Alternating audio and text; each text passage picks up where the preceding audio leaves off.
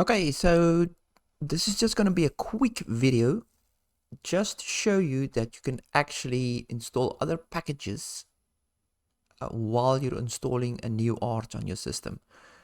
So once you get into Archinstall into the menu, you'll end up here. And then you basically just go through all this to install, but then down here, it has additional packages. So you go in there. And there's like thousands of packages that you can install. Now to browse through this is crazy. So all you have to do is just type / and then the package name that you want. So I can literally not think of anything now.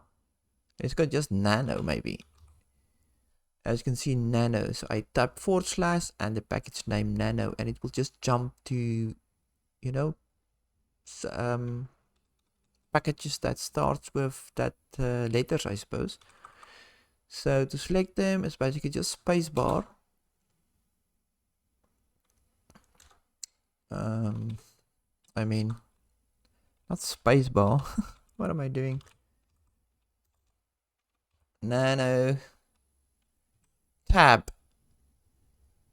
Yeah. It's either enter. If you're going to select one, you can just press enter and it's fine. Or if you want to select more than one in this list, you use the tab key. So say I want to use install Ruby nanotest. It's two of them, and then you press enter. And then you will see here at the right box, you will have those two programs. So there's VLC.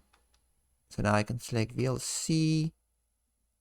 And there's a bunch of plugins here as well.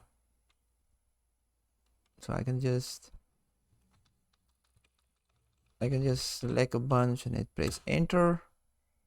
And it will all list here. And now when Arch install, it will actually install all these additional packages for you.